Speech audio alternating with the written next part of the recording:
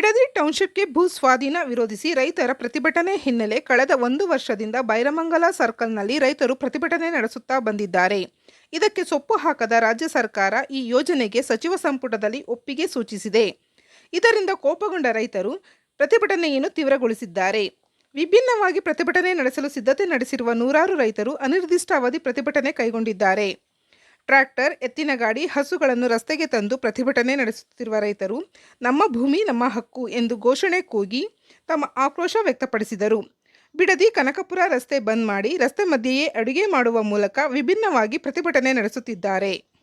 ನನ್ನ ಹೆಸರು ಪ್ರಕಾಶ್ ಅಂತ, ಈ ಭಾಗದ ಮಾಜಿ ತಾಲೂಕು ಸದಸ್ಯರು ಹಾಗೂ ಈ ಭಾಗದ ರೈತರನ್ನ ಜೊತೆ ಸೇರಿಕೊಂಡು ರೈತ ಮುಖಂಡರ ಕೆಲಸ ಮಾಡ್ತಾ ಇದ್ದೀನಿ. ಕಳೆದ 14 ತಿಂಗಳಿಂದ ಏನು ಕಂಚಗಾರನಹಳ್ಳಿ ಮತ್ತು ಬೈರಮಂಗಲ ಗ್ರಾಮ ಪಂಚಾಯತಿ ವ್ಯಾಪ್ತಿಯ ಸುಮಾರು 9,100 ಎಕರೆ ಭೂ ಸ್ವಾಧೀನ ವಿರೋಧಿಸಿ ನಾವು ಅಹೋರಾತ್ರಿ ಧರಣಿ ಮತ್ತು ಪ್ರತಿಭಟನೆಗಳನ್ನು ಕಳೆದ ರಸ್ತೆ ಬದಿಯಲ್ಲಿ ನಾವು ಮಾಡ್ಕೊಂಡು ಬರ್ತಾ ಇದ್ದೀವಿ.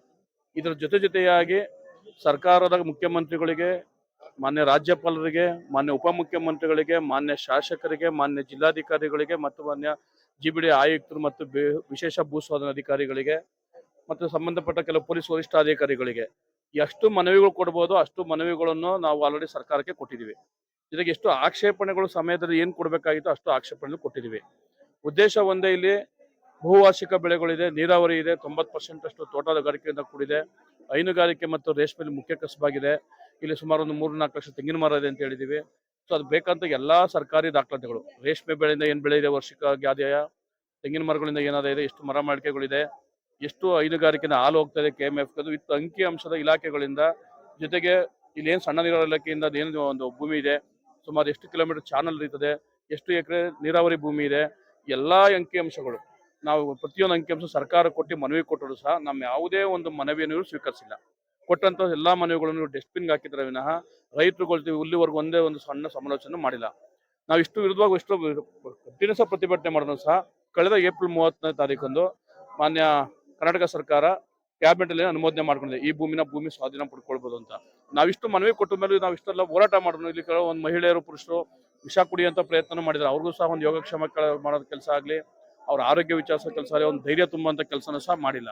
ಪ್ರತಿಭಟನೆ ಮತ್ತೆ ರೈತ ಸಂಘಟನೆ ಇಷ್ಟು ಸಂಘಟನೆಗಳು ಮನವಿ ಕೊಟ್ಟರು ಸಹ ಒಂದು ಮನವಿಗೂ ಸಹ ಯಾವುದೇ ಪ್ರತಿಕ್ರಿಯೆ ನೀಡಿರೋದು ತುಂಬಾ ನೋವಿನ ಸಂಗತಿ ಮತ್ತು ಈ ಸರ್ಕಾರದ ಧೋರಣೆನೂ ನಾವು ತುಂಬಾ ವಿರೋಧ ಖಂಡಿಸ್ತೀವಿ. ಹಾಗಾಗಿ ನಾವು ಈ ಭೂ ಸ್ವಾಧೀನ ವಿರುದ್ಧ ಜೊತೆಗೆ ಕ್ಯಾಬಿನೆಟ್ ಒಂದಿಷ್ಟು ಸುಳ್ಳು ಅಂಕಿ ಅಂಶಗಳನ್ನ ಜಿಬಿಡಿ ಅಧಿಕಾರಿಗಳು ಮತ್ತು ಜಿಲ್ಲಾಧಿಕಾರಿಗಳು ಸರ್ಕಾರಕ್ಕೆ ಕಳಿಸಿದ್ದಾರೆ. ಏನಂದ್ರೆ ಗ್ರಾಮ ಸಭೆಗಳು ಮಾಡಿ ಗ್ರಾಮಗಳಿಂದ ಅಭಿಪ್ರಾಯ ಪಡೆದು ರೈತರ ಒಪ್ಪಿಗೆ ಮೇಲೆ ನಾವು ಭೂ ಸ್ವಾಧೀನ ಮಾಡ್ಕೊಂಡಿದೀವಿ ಅಂತ ಮಾನ್ಯ ಜಿಲ್ಲಾಧಿಕಾರಿ ಅವರು ಸರ್ಕಾರಕ್ಕೆ ಕಳಿಸಿದ್ದಾರೆ. ಅದು ನಾನು ಹೇಳ್ತಾ ಇಲ್ಲ, ಕ್ಯಾಬಿನೆಟ್ ಅನುಮೋದನೆ ಆಗಿರುವಂತಹ ಉಲ್ಲೇಖ ಎಂಟ್ರಿ ಆಗಿದೆ.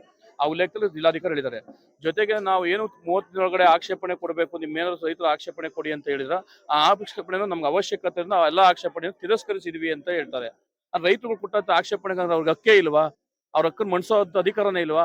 ಮತ್ತೆ 30 ದಿನ ಕಾಲಾವಕಾಶ ನೀವು ಯಾಕೆ ಆಕ್ಷೇಪಣೆ ಕೊಡೋ ಪತ್ರಿಕಾ ಪ್ರಕಟಣೆ ಹೊರಡಿಸೋರು ಜಿಲ್ಲಾ ಜಿಬಿಡಿಯಿಂದ? ಹಾಗಾಗಿ ಇವರು ಎಲ್ಲಾ ಭೂ ಸ್ವಾಧೀನ ಪ್ರಕ್ರಿಯೆಗಳನ್ನು ಅವ್ರ ಅನುಕೂಲಕ್ಕೆ ತಕ್ಕಂತೆ ಇವರು ಗೀಚ್ಕೊಂಡು ಎಸಿರು ಮೇಲೆ ಕುತ್ಕೊಂಡು ಆದೇಶಗಳು ಮಾಡ್ಕೊಳ್ತಾ ಇದ್ದಾರೆ.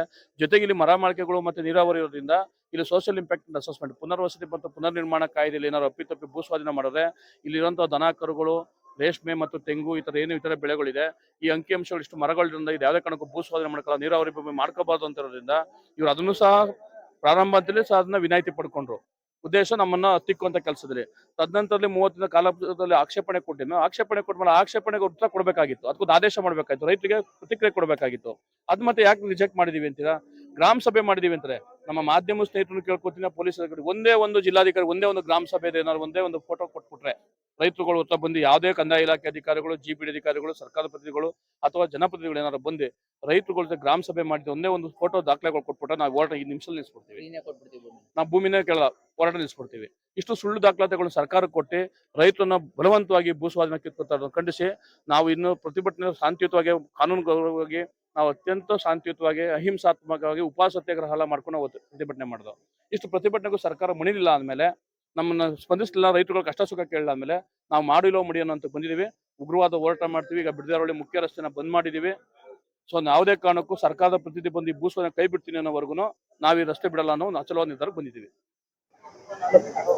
ಏನಿವತ್ತು ಕಳೆದ 30ನೇ ತಾರೀಕು 4ನೇ ತಿಂಗಳಲ್ಲಿ ಸಚಿವ ಸಂಪುಟ ಅನುಮೋದನೆಯನ್ನು ಪಡ್ಕೊಂಡಿದ್ದಾರೆ ಇವನೇನು ಭೂ ಸ್ವಾಧೀನ ಮಾಡ್ಕೊಳ್ಳಿಕ್ಕೆ. ಅದರ ವಿರುದ್ಧ ಇವತ್ತು ನಾವು ಹೋರಾಟವನ್ನ ನಿರಂತರವಾಗಿ ಮುಷ್ಕರವನ್ನು ಕೈಗೊಂಡಿದ್ದೀವಿ. ಏನಕ್ಕೆ ಅಂದ್ರೆ ನಾವು ಕಳೆದ 14 ತಿಂಗಳಿಂದನೂ ಕೂಡ ನಾವು ಎಷ್ಟೇ ಮನವಿ ಕೊಟ್ಟಿದ್ರು, ಎಷ್ಟೇ ಹೋರಾಟ ಮಾಡಿದ್ರು ಕೂಡ ಇಲ್ಲಿವರೆಗೂ ನಮ್ಗೆ ರೈತರಿಗೆ ಮಾತಿಗೆ ಕಿಮ್ಮತ್ತಿಲ್ಲ ಸರ್ಕಾರಕ್ಕೆ ನಾವು ಇವತ್ತು ವಿಭಿನ್ನವಾದ ಒಂದು ಹೋರಾಟಕ್ಕೆ ಇಳಿದಿದ್ದೀವಿ. ಇದು ಎಚ್ಚರಿಕೆ ಗಂಟೆ ಅಂತ ಅವರು ತಿಳ್ಕೊಬೇಕಾಗುತ್ತದೆ. ಯಾಕೆ ಅಂದ್ರೆ ಇವತ್ತು ರೈತರ ಹೆಸರಿನಲ್ಲಿ ಮರಣ ಶಾಸನವನ್ನ ಬರೆದಿದ್ದಾರೆ. ಇವತ್ತು ಮರಣ ಶಾಸನವನ್ನ ರೈತರ ಹೆಸರಿನಲ್ಲಿ ಬರೆದಿದ್ದಾರೆ. ರೈತರ ಸಮಾಧಿ ಮೇಲೆ ಇವರು ದಬ್ಬಾಳಿಕೆ ಮಾಡಕ್ಕೆ ಹೊರಟಿದ್ದಾರೆ. ಅದರ ವಿರುದ್ಧವಾಗಿ ಇವತ್ತು ಸರ್ಕಾರದ ವತಿಯಿಂದ ಪ್ರತಿನಿಧಿ ಬಂದು ನಮ್ಮ ಅಹವಾಲುಗಳನ್ನ ಕೇಳುವವರೆಗೂ ಕೂಡ ನಾವು ನಿರಂತರವಾಗಿ ಹಗಲು ರಾತ್ರಿ ಎಂದೇ ನಮ್ದು ಹೋರಾಟ ಇರುತ್ತದೆ. ಅದಕ್ಕೋಸ್ಕರ ನಾವು ರಸ್ತೆನಲ್ಲಿ ಅಡುಗೆಯನ್ನ ಮಾಡಿಕೊಂಡು ಎತ್ತಿನ ಗಾಡಿ ನೋಡಿ, ಎತ್ತುಗಳು, ದನ ಕರು, ಗಾಡಿ, ಟ್ರ್ಯಾಕ್ಟರ್ಗಳು ಎಲ್ಲ ಕೂಡ ನಾವು ಇವತ್ತು ರಸ್ತೆಗಿಳಿದಿದ್ದೀವಿ. ಇದು ಹಿಂದೆನೆ ನಾವು ಆಗಿತ್ತು. ಹಾಗಾಗಿ ನಾವೇನೋ ಸರ್ಕಾರ ನಮ್ಮ ರೈತರ ಮಾತಿಗೆ ಬೆಲೆ ಕೊಟ್ಟು ನಮ್ಮ ಭೂಸಾಧನ ಕೈ ಬಿಡ್ತಾರೆ ಅನ್ಕೊಂಡಿದ್ದು.